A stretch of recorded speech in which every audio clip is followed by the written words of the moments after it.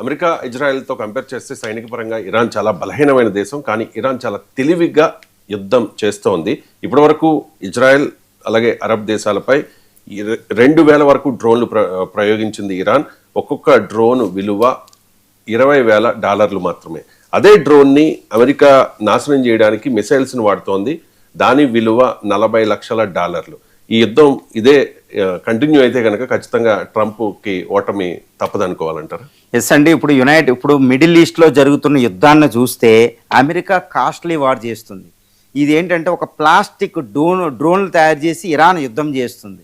మరి యుద్ధం ఎవరికి ఎక్కువ నష్టం అంటే అమెరికాకి ఎక్కువ నష్టం. ఇదే కాస్ట్లీ వార్ అమెరికా ట్రై చేస్తే అమెరికా 10 రోజుల నుంచి 10-20 రోజుల్లో అక్కడ నుంచి ఖాళీ చేయాల్సిన పరిస్థితి దానికి వస్తుందంట. ఏ విధంగా అంటే ఇరాన్ ఉపయోగిస్తున్న షాహేదు, కెరామర్ అని, తర్వాత క్యామికోజ్ లాంటివి, తర్వాత కామన్ ఈ డ్రోన్లు, ముఖ్యంగా క్యామికోజ్ సయ్యద్ సిరీస్ డ్రోన్లు ఏంటంటే దాని సరాసరి విలువ $20,000. అంటే మన కరెన్సీలోది 18 లక్షలు అనమాట. ఒక్కో డ్రోన్కి 18 లక్షలు. ఒక 18 లక్షల వెపన్ ఉపయోగించి అమెరికాని అటాక్ చేస్తుంది. అమెరికన్ ఎయిర్ బేస్లు అరామ్కోని అటాక్ చేస్తుంది, ఇజ్రాయెల్ని అటాక్ చేస్తుంది. 18 లక్షల డ్రోన్లు. ఇదంతా ఒక ఎత్తు. అయితే ఈ 18 లక్షల డ్రోన్ వచ్చే డ్రోన్ని ఆపడానికి ఇంటర్సెప్టర్స్ని అమెరికా ఉపయోగిస్తుంది. అవేంటంటే ప్యాక్స్ అంటారు, పేట్రోటిక్ మిసైల్ ఎయిర్ డిఫెన్స్ మిసైల్స్ ఉపయోగిస్తుంది. ఆ ఒక్కొక్క అంటే 18 లక్షలు $20,000 ఒక్క డ్రోన్ని కొట్టడానికి, ఆపడానికి, గాల్లో పేల్చేయడానికి అమెరికా ఉపయోగించి ఇంటర్సెప్టర్ మిసైల్ కాస్ట్ ఎంత అంటే $4 మిలియన్ అంటండి. $4 మిలియన్ అంటే ఆల్మోస్ట్ ఎంత ఉంటుందండి? 40 నుంచి 60 కోట్ల రూపాయలు ఉంటుంది అనుకోండి. అంటే ఒక్కో మిసైల్ కాస్ట్ కనీసం 20 నుంచి 60 కోట్ల మధ్యలో ఉంటాయి అన్నమాట. అమెరికా ఇంటర్సెప్టర్ మిసైల్స్ 18 లక్షలు ఈక్వల్ టు ఆల్మోస్ట్ 50 లక్షలు, అంటే 1:200. సో ఇరాన్ ₹1 ఖర్చు పెడుతుంటే యుద్ధానికి అమెరికా $200 ఖర్చు పెడుతుంది. కాబట్టి బ్యాలెన్స్ చూడండి, ఎంత చీప్ వార్ ఇరాన్ చేస్తుంటే కాస్ట్లీ వార్ అమెరికా చేస్తుంది. ఇలాంటి యుద్ధం ఇంకొక 10 నుంచి 15 రోజులు నడిస్తే అమెరికా దగ్గర ఇంటర్సెప్టర్ మిసైల్స్ అయిపోతున్నాయి, పెద్ద పెద్ద మిసైల్స్ ఎగ్జాస్ట్ అయిపోతున్నాయి. కాబట్టి తర్వాత ఇరాన్ దగ్గర 80,000 డ్రోన్లు ఉన్నాయి, 3,000 మిసైల్స్ ఉన్నాయి. ఈ 80,000 డ్రోన్లు ఇప్పటి వరకు ఉపయోగించిన డ్రోన్లు కేవలం 5,000. ఇంకా 75,000 డ్రోన్లు ఈ మధ్యలో ఇంకా తయారు చేస్తాయి. ఎందుకంటే ప్లాస్టిక్ ఈ పదార్థాలతో చిన్న చిన్న ముడి పదార్థాలు తయారు చేస్తుంది, చాలా తక్కువ ఖర్చు. కాబట్టి అది ఇప్పటికీ తయారీ ఉంది. కాబట్టి ఇరాన్ దగ్గర ఈ డ్రోన్లు అయ్యే ప్రసక్తి లేదు, మిసైల్స్ అయ్యే ప్రసక్తి లేదు. కానీ అమెరికా దగ్గర ఇంటర్సెప్టర్ మిసైల్స్ అయిపోతుంది.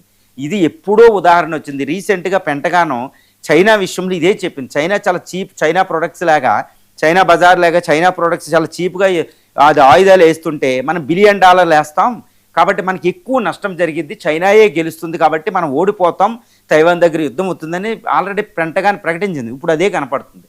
కేవలం 20,000 ఉన్న ఇరాన్ డ్రోన్లు కొట్టడానికి అమెరికా $4 మిలియన్ మిసైల్ ఉపయోగిస్తుంది. ఇదే యుద్ధం కొనసాగితే అమెరికా రోజుకి ఇప్పటికే అక్కడ 18.5 లక్షల కోట్లు ఖర్చు పెట్టిందని తెలుస్తుంది. ఇప్పుడు 6వ రోజు కలిపితే 20 లక్షల కోట్ల ఖర్చు అయింది అమెరికా యుద్ధానికి. ఇప్పుడు ఇరాన్ మీద యుద్ధానికి 20 లక్షల కోట్లు ఖర్చు అయింది 6 రోజుల యుద్ధానికండి. అది అమెరికా అంత కాస్ట్లీ, అంత డాలర్ మయం. కానీ ఇరాన్ చాలా చీప్గా యుద్ధం చేస్తుంది.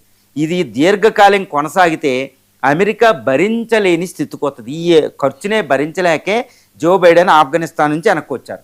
ఖర్చునే భరించలేక ఇరాక్ నుంచి అమెరికా సైన్యం బయటకు వచ్చింది. మరి ఇలాంటి ప్రెజర్ ఇంకో 10 రోజులు 15 రోజులు వెళ్తే అమెరికన్ కాంగ్రెస్ రక్షణ బడ్జెట్ ఈయన క్లీన్ చేయదు, కాబట్టి కోత విధిస్తుంది. ఎందుకంటే ఆ బడ్జెట్ అమెరికన్ కాంగ్రెస్ నుంచి వస్తుందండి. ఫస్ట్ ఎమర్జెన్సీలో కాస్త ఇస్తాడు అమెరికా అధ్యక్షుడు, కానీ అమెరికన్ కాంగ్రెస్ క్లియర్ చేయాలి, బడ్జెట్ ఎక్కువైపోద్ది, కాబట్టి ఖర్చు పెరిగిపోద్ది. కాబట్టి ప్లాస్టిక్ డ్రోన్లు కేవలం $20,000 డ్రోన్లతో అమెరికాని అడ్డగిస్తుంది. దీని వెనకాలే ఇరాన్ వ్యూహం అని చెప్తారన్నమాట. చాలా చీప్ డ్రోన్లు తయారు చేసి కాస్ట్లీ వెపన్స్ చేపిస్తుంది.